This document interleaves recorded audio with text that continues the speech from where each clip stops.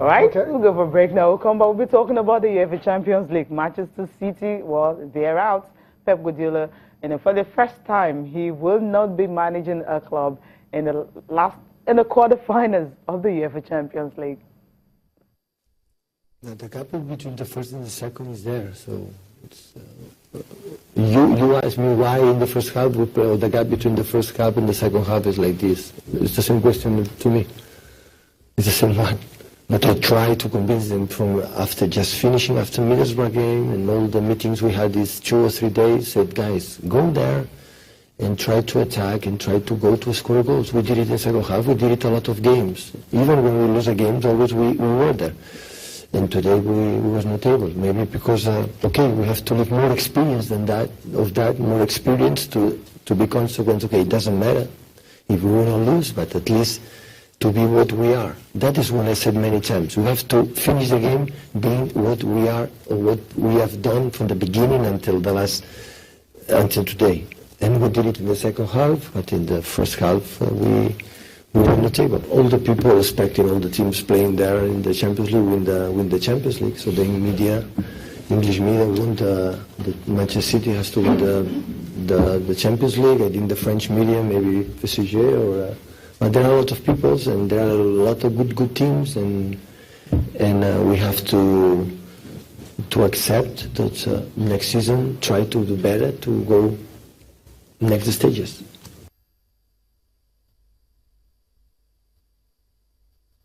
Guardiola just can't understand how his teams actually performed in the first half.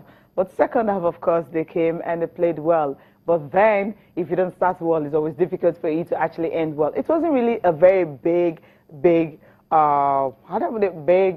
flop, so to speak. It was just on the goal difference. Or rather, away goals rules. That's what actually gave Monaco, the only French side left now. We have 8 teams in the quarterfinals. Now, this guy, the way he started it, and of course you have it, Ryan Sterling. Yeah. Ryan Sterling was able to at least, he did some magic in the second half. Well, and not really. Sané gave them that crucial goal. We felt, okay, with that goal, fine, they're in it. Yeah. They're going to go through. But then after that, what happened? They went to sleep. Simple as that. I mean, they couldn't defend a simple, a basic in football, a set piece. I mean, Bakayoko was by himself. I mean, he had a free header right in front of the 6-yard box, and that's why City are back home now. And it's all about the coach. I mean, his philosophy is all about attack. I remember one time he said he doesn't coach tackling. I mean, it's a bit strange, but then you can't really say much about Pep Guardiola because he's won a lot. So obviously something that he does actually works. But this guy, Kylian Mbappe, what a player he is. Cecilia, you have some stats on him later on. Fabinho as well, too. What a leader. I mean, this guy can play right back, central midfield. He can do it all. And see, I saw the stats from the match last night. Yeah, no side managed by Pep Guardiola has ever been eliminated from the Champions League as early as the last 16 until last night. And Manchester City are without a clean sheet in the past 11 away games in the Champions League, excluding qualifiers. So watch your defense. Defense wins game. Yeah. They've also failed to muster a single shot in the first half of a Champions League game for the very first time. First half yesterday was very atrocious. I mean, they didn't have a shot on target until the 62nd minute. Not good enough. Not good enough at all. And David Silva played his 50th Champions League game to becoming the 25th Spaniard to reach that milestone in that competition. Now, Leroy Sané, another player, scored with his just first 11 shots on target for City this season in all competitions. Monaco have progressed from all 4 of the Champions League knockout ties against English teams. Now, when you have English teams against Monaco, there's possibility that they will. Let's talk about this guy now. Cecilia, incredible. He has scored 11 goals in his past 11 games in all competitions. He's 18. Incredible stuff. Another good player in that Monaco side is Bernardo Silva. He's provided an assist in each of his past 3 games of Monaco in all competitions. Bernardo Silva, I mean, when they signed him, it wasn't supposed to be a big deal. They brought him from Portugal, I believe it was Benfica, for very, very small money. But the guy's values definitely is risen now. I imagine it's going to be going for ×2, or am I saying ×4 of the £11 million they paid for him. Fabinho, that's the other guy right there. Very crucial for AS Monaco. Fabinho has had a hand in 3 goals in 2 Champions League appearances versus Manchester City this season. That's 1 goal and 2 assists. I mean, very more than decent, actually.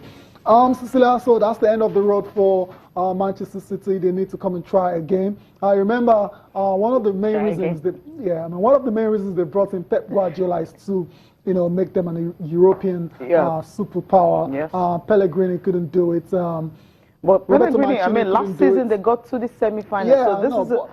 So this is 2 steps back, not no 1, doubt, 2. No doubts whatsoever. But I'm saying the reason they brought him in is to take them a step further, not backwards. So obviously he's going to have to try again. And it's very interesting to see Pep Guardiola adapt because it appears it just, is his way or the highway for Pep Guardiola. So too bad for Man City, good one for Monaco. Cecilia, there was another game that was played between Atletico Madrid and Bayer Leverkusen. That one ended goalless, and Atletico Madrid did the job already. That's the way to do it. That's the way to do it. You've got the upper hand. You don't need to attack and attack and attack. The only thing you know how to do is to attack. No, you don't do that. Just do the business. You won 4-2 away from home, and at home you didn't need all the goals. You defended, and of course you got what you wanted. So just take a look at the teams that have qualified. Only 1 English team, and is Leicester City. Let's just go through. Atletico Madrid from Spain, Barcelona, Spain as well too. Bayern Munich, Germany, Borussia Dortmund, Germany as well too. Juventus just won from Italy. Leicester City, Cecilia. When the draw was made, the group stage draw was made.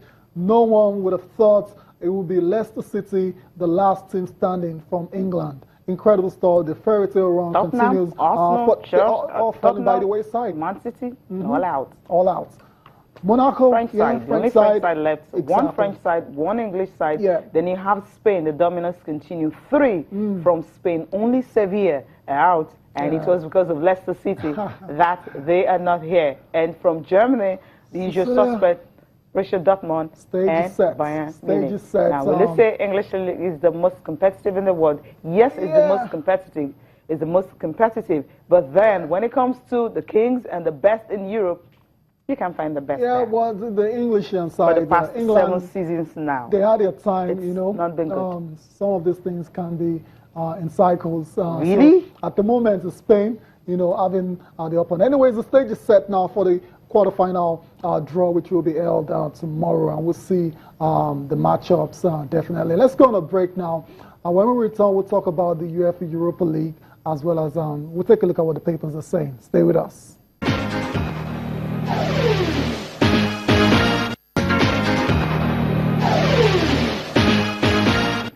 Okay, let's get on with the show now.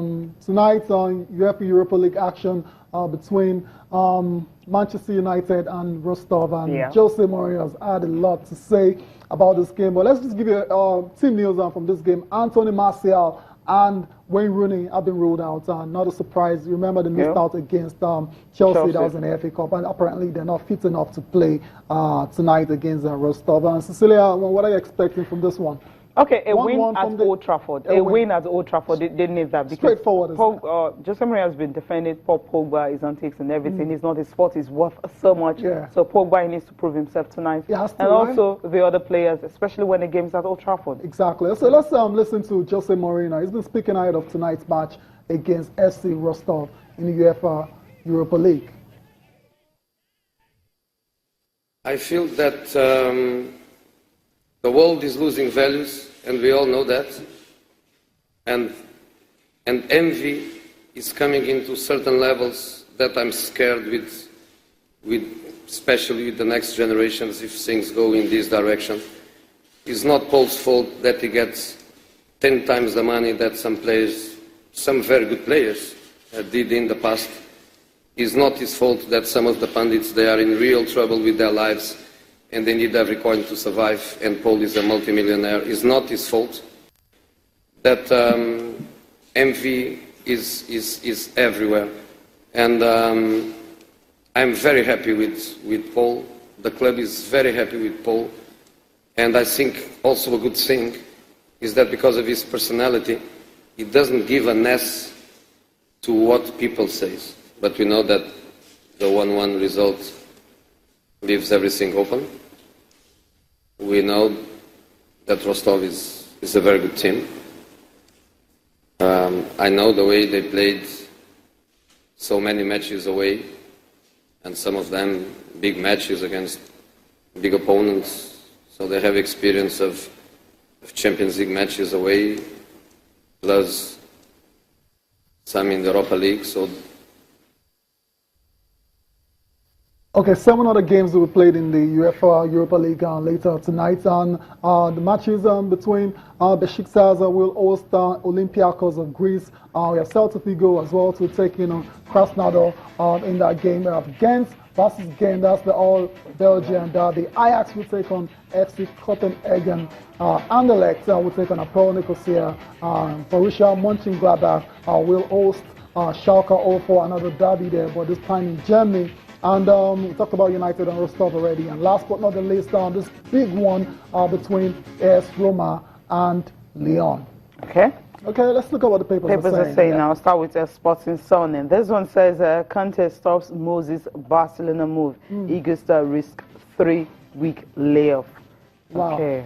The friendly is actually coming, so it's injury scare though. That's more important to me than the Barcelona move. Yep. Okay. Complete Sports is the next paper for review this morning. English press hails valiant indeed. The Igusta thank God, and of course Leicester fans for historic results. Woeful City crash out. Yeah, they were really woeful.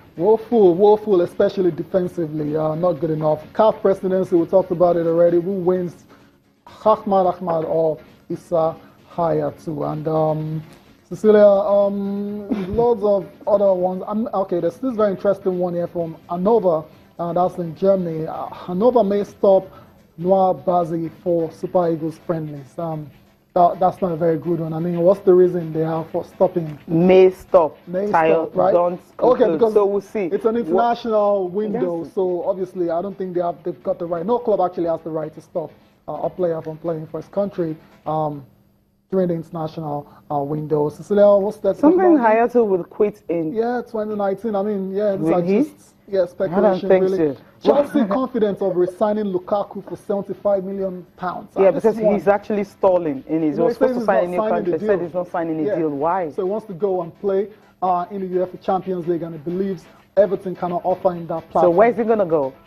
Well, we heard Chelsea are interested. I mean, the big clubs will call from Lukaku. Lukaku is a great striker and is still very young. I mean, you think he wants to go back to Chelsea? I don't know. Why not? Why not look at Manchester City? Well, thank you so much for being part of this program. I'm Cecilia Mogbo. Of course, before the end of the day, we will know if you're going to have a new CAF president or not. Enjoy the rest of your day. I'm Tayo Salam.